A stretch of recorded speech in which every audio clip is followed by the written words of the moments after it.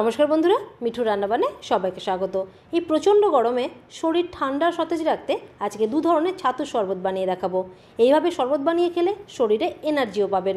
তো চলুন দেখে নেওয়া যাক। তো প্রথমেই বানিয়ে দেখাবো চিনি ছাড়া ছাতুর শরবত। তো শরবত বানানোর জন্য প্রথমে এখানে নিয়ে নেব ছাতু। এখানে নিলাম ছোলার ছাতু, বড় চামচের 2 চামচ। এতে 1 গ্লাস শরবত তৈরি হয়ে যাবে। এর মধ্যে দিয়ে দেব সামান্য একটু লঙ্কা কুচি, একদম মিহি করে কুচিয়ে দেবেন। সাথে পেঁয়াজ কুচি দিয়ে দেব 1-1.5 চামচ মতো। এবার এর মধ্যে দিয়ে দেব অল্প করে পুদিনা পাতা কুচি। পুদিনা পাতা না খেলে কিন্তু অনেকেই খেতে চায় না, না খেলে নাও দিতে পারেন, তবে একটু দিলে কিন্তু ছাতুর শরবতটা খেতে বেশ ভালো লাগবে। আর পুদিনা পাতা পেটও ভালো রাখে। এবার এর মধ্যে দিয়ে দেব জল। এখানে 1 গ্লাসের একটু কম জল নিয়েছি, ঠান্ডা জল নিয়েছি এখানে। এবার ভালো করে মিক্স করে নেব। তবে শরবত কিন্তু এখনও তৈরি হয়নি, এর মধ্যে আরও কিছু দিতে হবে, তাহলে এই শরবতটা খেতে আরও বেশি টেস্টি হবে। তো এর মধ্যে দিয়ে দিব বিট লবণ, এখানে স্বাদ মতো দিয়ে দিলাম। আর এর সাথে দিয়ে দিলাম ভাজা জিরের গুঁড়ো অল্প করে। এখানে নিয়েছি অর্ধেক লেবু। এবার লেবুর রসটা এর মধ্যে চিপে দিয়ে দিতে হবে।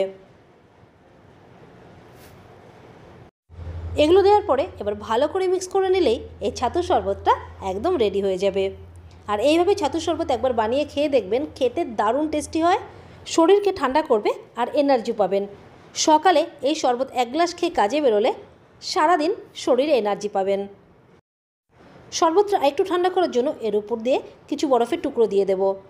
আর এর উপর দিয়ে আরেকটু পুদিনা পাতা কুচি ছড়িয়ে একটু গার্নিশ করে দিলাম। তো দেখুন, ছাতুর শরবত একদম রেডি। আরেক ধরনের ছাতুর শরবত তৈরি করে দেখাবো, যেটা বানানো একদম সহজ। খুব সহজেই বানিয়ে এই ছাতুর শরবতটাও খেতে পারবেন। এর জন্য এখানে আবারও বড় চামচে 2 চামচ নিয়ে নিলাম ছোলার ছাতু। এবার দিয়ে দিলাম 2 চামচ চিনির গুঁড়ো। এখানে আপনারা গোটা চিনিও দিতে পারেন, তবে চিনির গুঁড়ো দিলে কিন্তু শরবতটা তৈরি করতে সময় লাগবে না, তাড়াতাড়ি জলের সাথে গুলে যাবে। স্বাদ মতো দিয়ে দিয়েছি বিট লবণ, আর দিয়ে দিলাম আবারও 1 গ্লাস ঠান্ডা জল। এবার ভালো করে মিক্স করে নেব। আপনারা যদি বেশি মিষ্টি খেতে পছন্দ করেন তাহলে চিনির গুঁড়োটা একটু বেশি করে দেবেন। এবার এর মধ্যে দিয়ে দেব সামান্য একটু পুদিনা পাতা কুচি, আর দিয়ে দেব লেবুর রস। তো অর্ধেক লেবু নিয়েছি, অর্ধেক লেবুর রস এভাবে চিপে দিয়ে দিলাম। ব্যাস হয়ে গেল। এবার মিক্স করে নিলেই মিষ্টি ছাতুর শরবত রেডি হয়ে যাবে।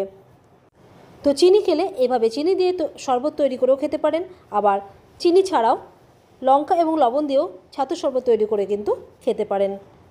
তো এই ছাতুর শরবতটা একদম রেডি। এবার এটাকে একটু ঠান্ডা করার জন্য এর উপর দিয়ে কিছু বরফের টুকরো দিয়ে দেব। তো শরীর ঠান্ডা ও সতেজ করতে আর এনার্জি বাড়াতে এই ছাতুর শরবত তৈরি করে দিনে একবার হলেও খান, তাহলে শরীরে এনার্জি পাবেন।